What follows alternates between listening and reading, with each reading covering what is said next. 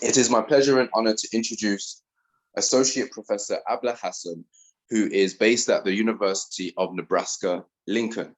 Dr. Hasan obtained her bachelor's in philosophy from Damascus University in Syria in the year 2000, which she then followed up with a diploma of high studies from Damascus University in 2001. She is a native speaker of Arabic, and she teaches Arabic language and culture at the University of Nebraska, Lincoln, and she is the program's coordinator. Her teaching and research focus centers on Qur'anic studies, Qur'anic hermeneutics, Islamic feminism, and Arabic studies. She has published with a number of peer-reviewed international journals, and she is the author of Decoding the Egalitarianism of the Qur'an, as well as the newly published book and subject of our discussion today, On Pain and Suffering, a Qur'anic View. Dr. Hasan was gracious enough to accept my invitation to walk us all gently through her book, and for those of you who are interested, the link to purchase the book direct from the publisher can be found in the description box below. So without further ado, let me introduce Dr. Abla Hasan. Thank you, Zuriab. Thank you for having me, and thank you for the opportunity you're providing to share my research with your audience.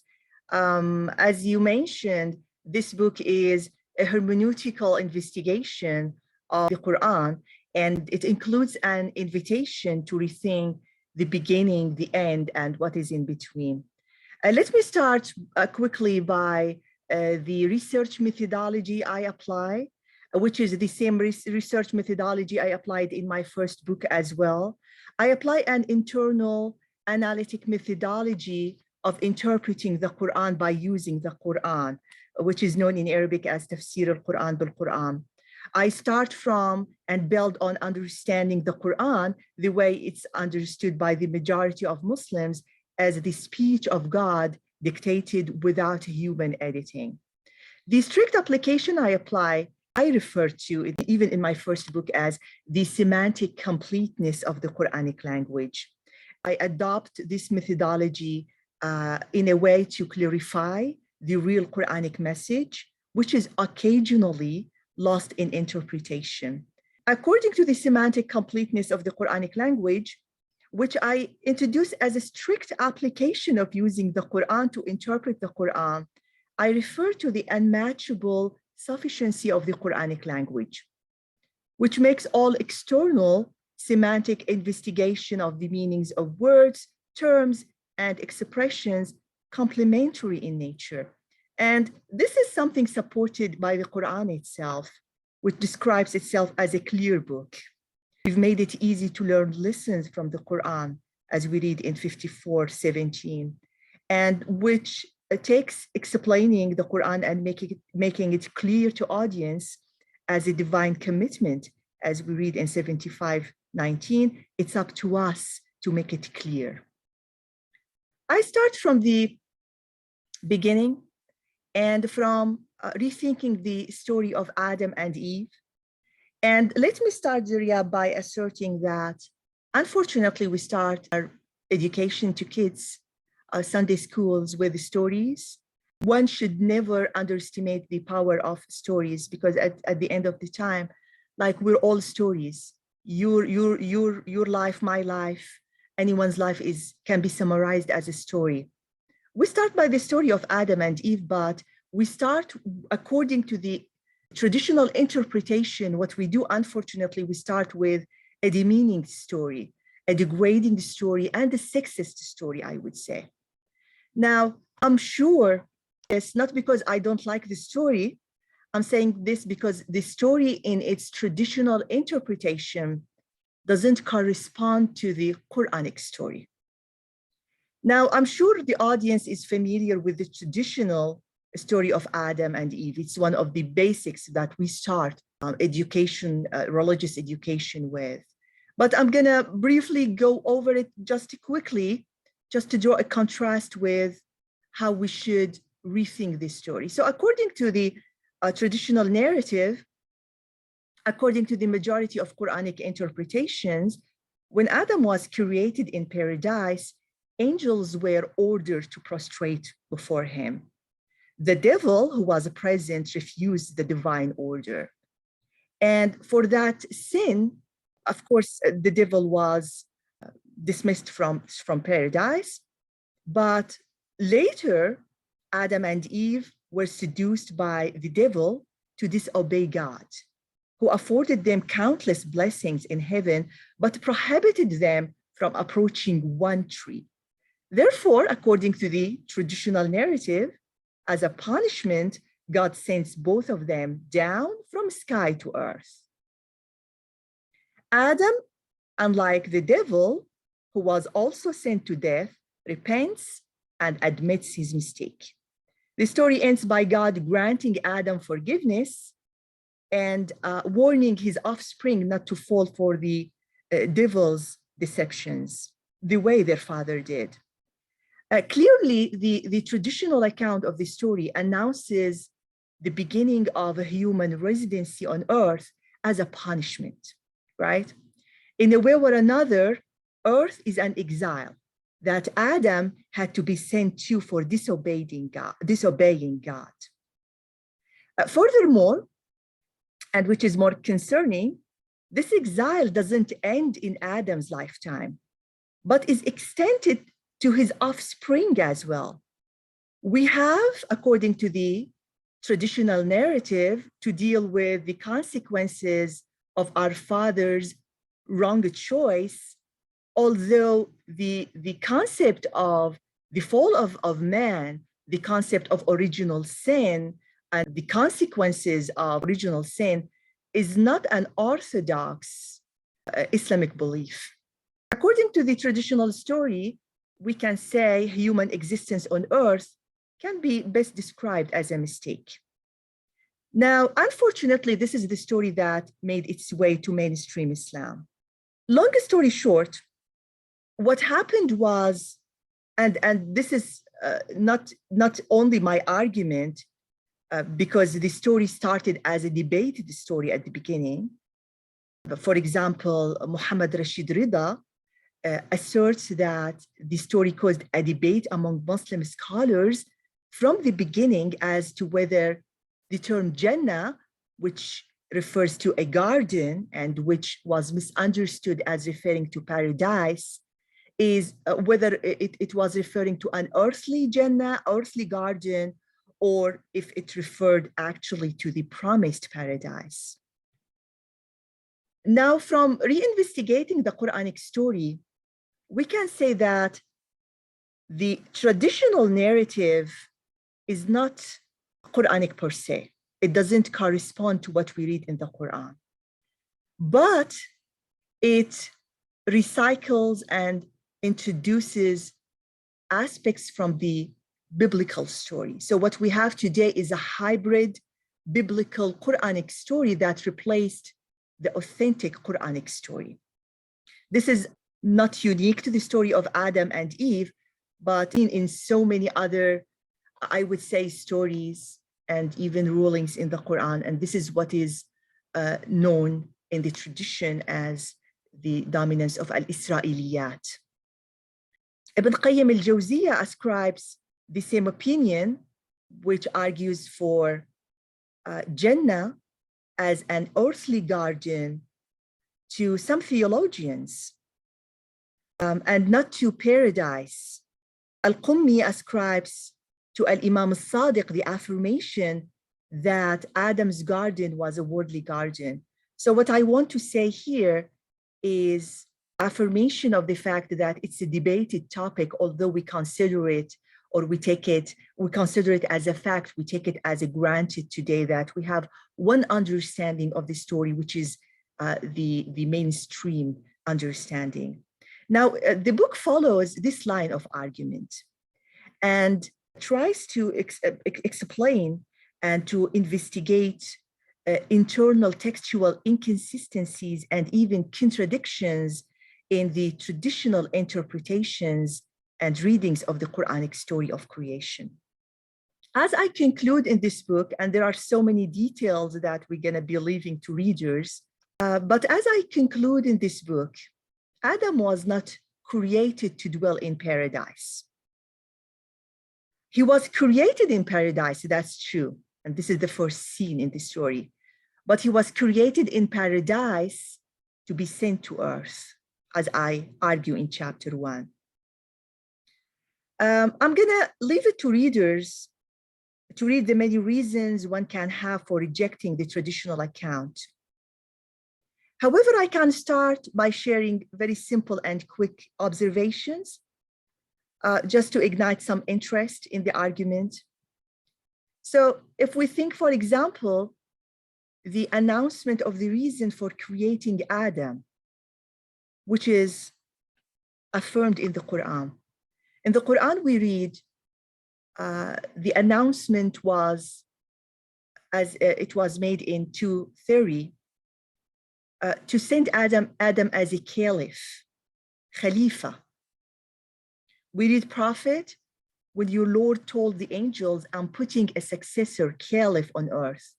And let's remember that this announcement was while Adam was created. This is the scene of creation, even before breathing the divine soul into Adam to make him divine by doing that. And this happened before Adam sinned. So clearly, this announcement, this divine announcement, Qur'anic, I would say divine announcement, asserts the divine intention of sending Adam as a successor to earth, the very same moment he was created.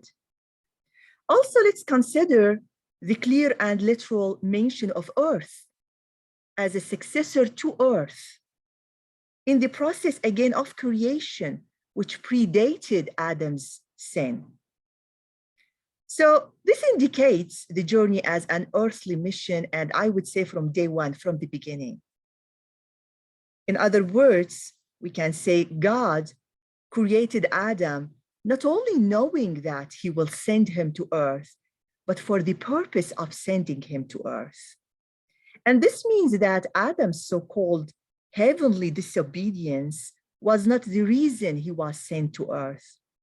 Rather, Adam was created to be sent to earth as a divine deputy.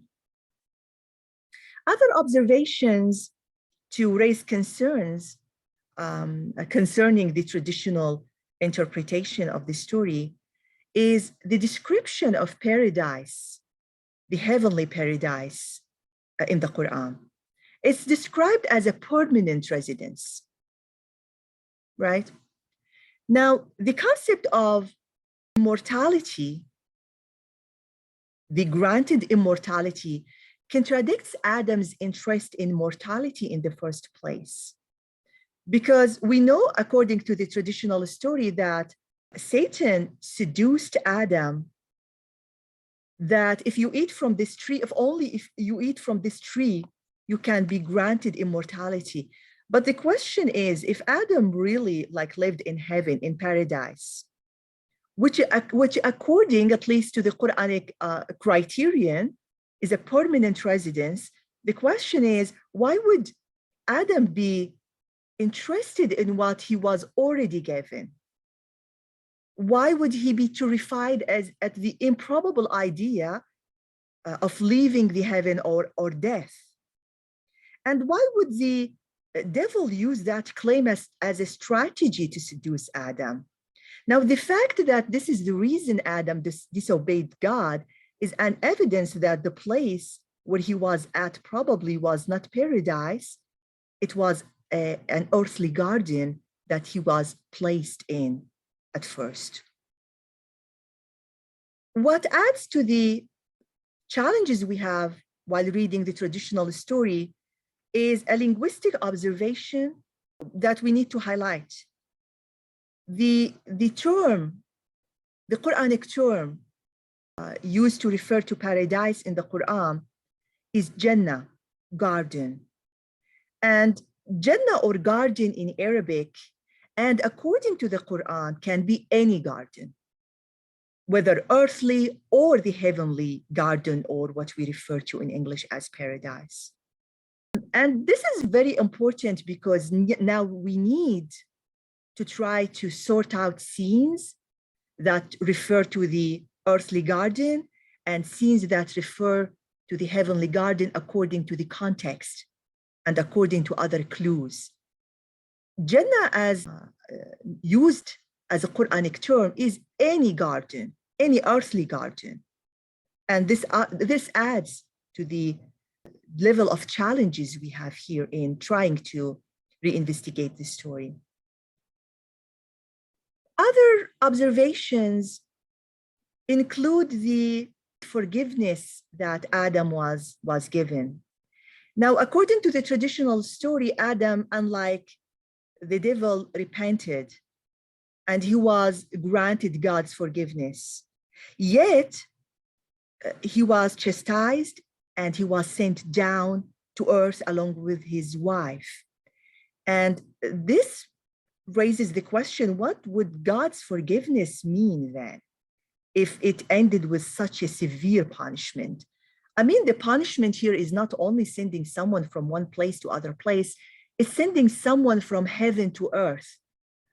I don't believe that anyone would survive one day of such a punishment. I mean, if we live one day in heaven and we're sent to a place like earth, like Adam would die out of depression if nothing else, right? So what would God's forgiveness then mean, according to this reading of this story? Also, there is a deep theological contradiction between a punishment that includes Adam's offspring for what he did and the Islamic view on sin, which is viewed as individual and personal. And it goes literally against the Quran. Because in the Quran, we read in 35:18 that no burdened soul will bear the burden of another. And the Quran literally says, not even by a close relative. So there is a contradiction between Quranic way of viewing sin as individual and the absence of the concept of original sin in Islamic theology, and believing of the offspring of Adam share the punishment with Adam. Other observations, and of course I go into lengthy details in the book, but here I'm just drawing some observations here and there, include the contradiction between paradise, al-Jannah, as an abode of ultimate happiness, and the commandment of avoiding one tree, as we find in the traditional account of the story. Duties, obligations, and commandments constitute a hardship that a heavenly dwelling doesn't and shouldn't allow. According to the Quranic criterion again, in paradise, believers are promised they'll be granted everything they wish for. This is part of the deal. And Adam wished to eat from one tree. If he was really in paradise, in the promised paradise, he would have been allowed to just eat from that tree. So duties provide kind of test, and there is no testing in paradise. Again, this is another reason to think of that Jannah as an earthly garden that as Adam was sent to first. Let me end this line of just drawing attention to some contradictions by the literal reference to the day of judgment that we find in the scene of creation itself. So when God created Adam, he made him divine by breathing from his own soul into Adam.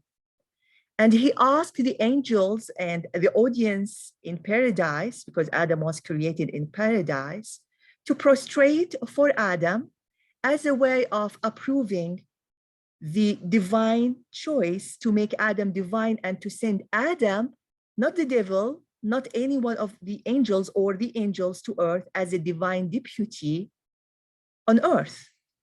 We know that the angels negotiated at first, obeying the order, but they ended up doing that, while the devil refused to do that. Now, when the devil was punished and dismissed from paradise, he asked God only to postpone his punishment to the day of judgment, he said. And the question is, the day of judgment and the day of resurrection, when mentioned, the scene of creation itself and before Adam sinned, is a clear indication of a plan, a divine plan that included from day one, sending Adam to earth, where Adam is going to be tested by pain and suffering. And this will take us to the main topic of the book. And Adam and his offspring, the chosen among them, they can prove their divinity, their merit, and then they can go back to paradise as a merit-based place. Because all the elements are there from the beginning.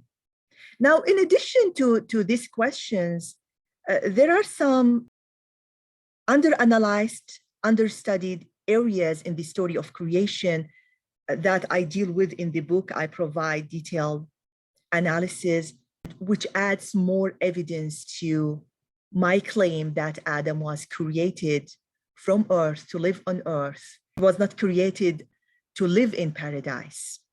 Some of these areas, like the question concerning the meaning of names. We know when God created Adam, he taught Adam all names. علم آدم الأسماء كلها. What is the meaning of those names?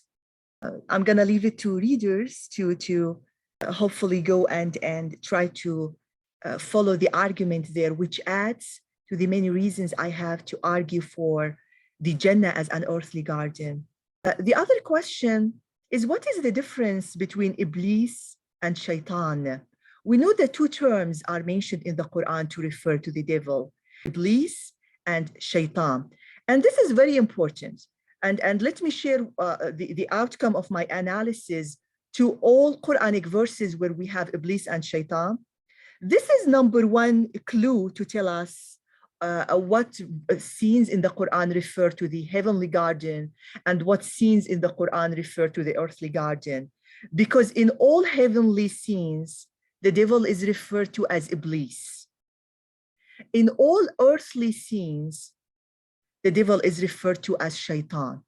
And this is the reason probably the Quran switches between Iblis and Shaytan. And sometimes in the same verse, in the same paragraph, you see that switch. It's a demarcation where we should stop interpreting the scene as referring to paradise, and we should start interpreting it as referring to the earthly garden. Other things we need to consider as well, or other arguments or details, story of creation, is the negotiation the angels had with God before prostrating to Adam. They tried to negotiate the finalizing, I would say, the order. And they said, like, how would you send someone with a bloody nature like Adam? And the question is, how did they know about it? Are angels provided an access to the unseen?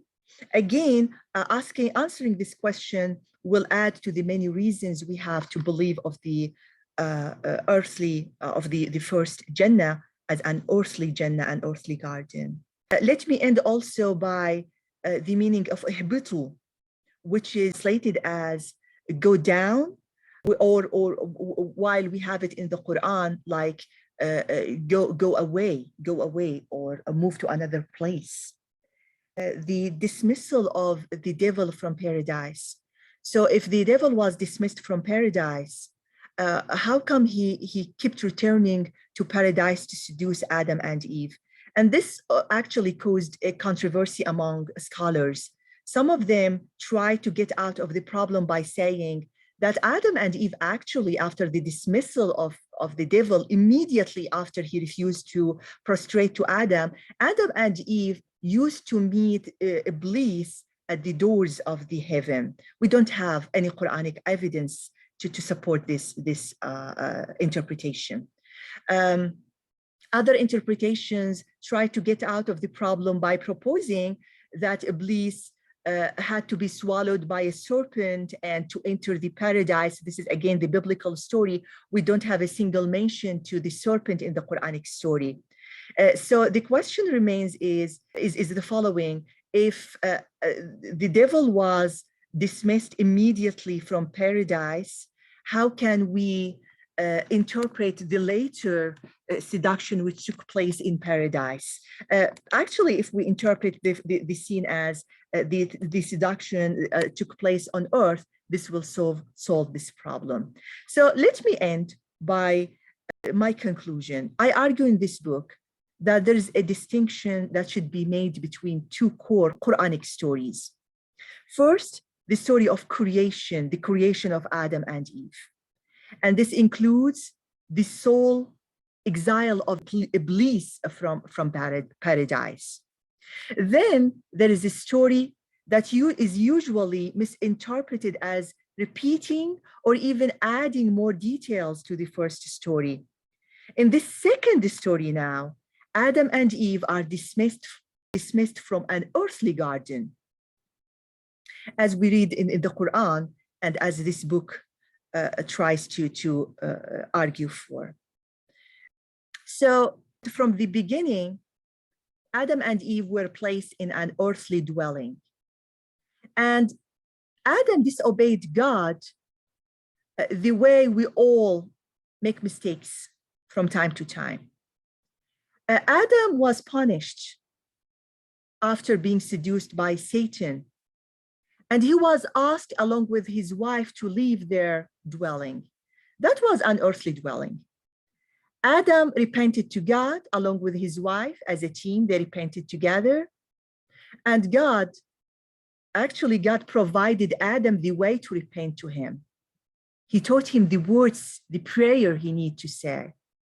And the story ends by accepting Adam's repentance and by forgiveness. The story, unlike the traditional story, doesn't demonize Adam, but provides hope to all of us sinners, human beings, because we all make mistakes from time to time. And the question is what to do. The big moral of the story, like all other beautiful Quranic stories, prophetic stories in the Quran, is to provide hope to all of us, not to demonize Adam and his offspring. So you sin, you just repent, you go back to God the way your father Adam did, and this is the end of the story. So it's important to remember that Adam's test is individual. The consequences of his disobedience is individual as well. Adam is tested the way all human beings are tested. And reclaiming our divine status, I would say, can help us not only understand this story, but understand pain and suffering as a test, not as a punishment as well, which I deal with later on in chapter 3. The pointers that you've made for further reading definitely will be found in the book, and I urge everyone listening to order that book and to make their way slowly through it. I know I will be. Chapter 3 of your book is entitled Rethinking the Divine Status of Humans, a Key to Solving the Problem of Evil. Could you kindly expand on that a little? Sure, and thank you for asking this question. Sure. So Adam was created then from earth for an earthly journey. He was created to be a successor, vicegerent, deputy. So our earthly journey is a divine journey. And this includes our earthly journey as a test. And we're tested by individual ways of testing, and we're tested by religion. And this is what you find in chapter 2. Religion includes hardship for so many reasons. And these are challenging aspects of being a religious person. People usually cite as arguments against religion. I cite as arguments for religion. And I'm not going to cite all challenges, but I'm going to just give one example. And I'm going to leave it to the readers to go over the full argument, and I'm going to move from this to the problem of pain and suffering and the problem of evil itself. One challenging aspect of religious thinking is the fact that, for example, religious thinking is metaphysical by definition. We're asked to believe in the unseen, right? And it's very interesting, which is difficult, it's challenging. It's an epistemic hardship. It's a hardship. It's a test, and we're tested. In the Quran, true believers are described as those who believe in the unseen, as we read in 2:2. We're not, or believers are not praised for knowing the unseen, right? They're praised for believing in the unseen, because no one can or should claim knowing the unseen unless they're either too arrogant or too ignorant to do so. But believing in the unseen, believing in a divine reality where provided nothing but a divine guidance is a challenge. And this is only one aspect of being challenged and tested. Now, the main challenge is to be challenged by pain and suffering, the challenge of evil.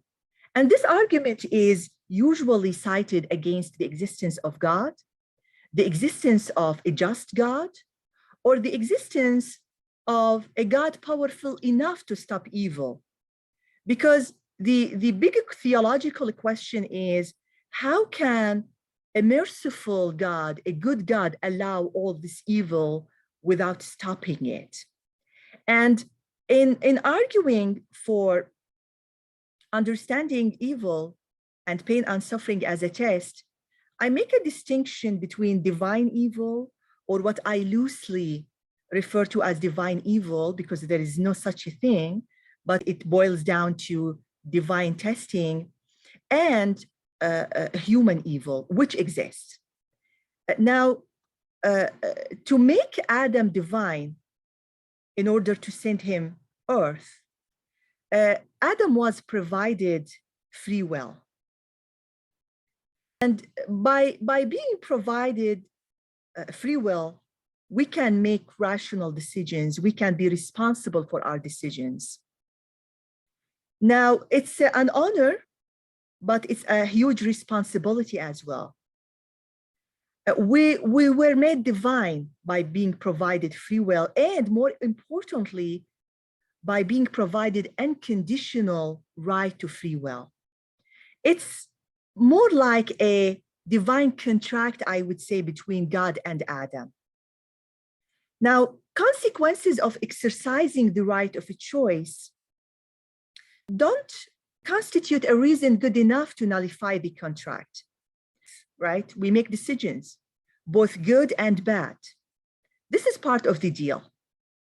The contract was essentially established on granting Adam a divine status, which, if God nullifies by intervening every time when a human being wants to take a bad decision, let's say, there's nothing left for us of our divinity.